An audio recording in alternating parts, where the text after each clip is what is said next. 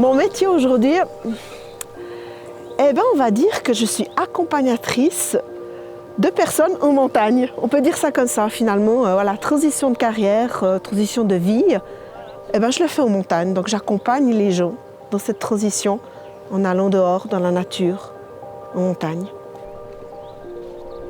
Je pense qu'à un moment donné dans ma vie, j'ai ressenti qu'il y avait quelque chose qui ne jouait plus. Je n'arrivais pas à dire quoi. Je savais qu'il fallait changer quelque chose. C'était vraiment au fond de mes tripes, mais je ne savais pas comment faire. Par contre, ce que j'ai découvert, c'est que j'aimais écouter les gens me parler de leurs problèmes et puis que j'avais naturellement des capacités à les écouter puis à leur donner des pistes pour aller vers autre chose.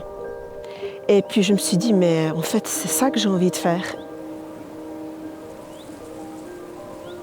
Ce que je suis venu chercher chez Sylvie, c'est surtout des réponses à des questions, des doutes que j'avais parce que je suis actuellement en train de faire un virage professionnel à 180 degrés. Et puis j'ai décidé d'être ambitieux, donc ces ambitions m'ont amené aussi beaucoup de doutes et beaucoup d'angoisse.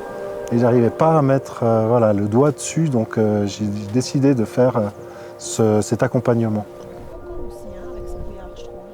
Le caractère non jugeant et bienveillant de Sylvie fait que je peux dire des choses à elle que je dirais peut-être pas à d'autres personnes.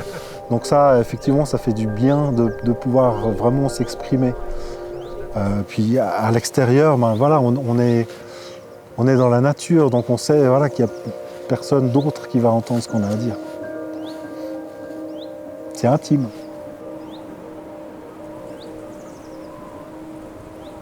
Alors aujourd'hui, j'accompagne plutôt des personnes individuelles, des personnes qui ont envie de changer de job, qui recherchent du sens à leur carrière, qui ont envie de s'orienter, etc., de se mettre peut-être à leur compte. Et puis j'accompagne aussi des groupes. Alors là, c'est le côté un peu plus accompagnatrice en montagne, où j'emmène des groupes faire des randonnées, des treks sur plusieurs jours. Voilà, c'est un petit peu deux domaines différents, mais finalement qui m'amènent mon équilibre.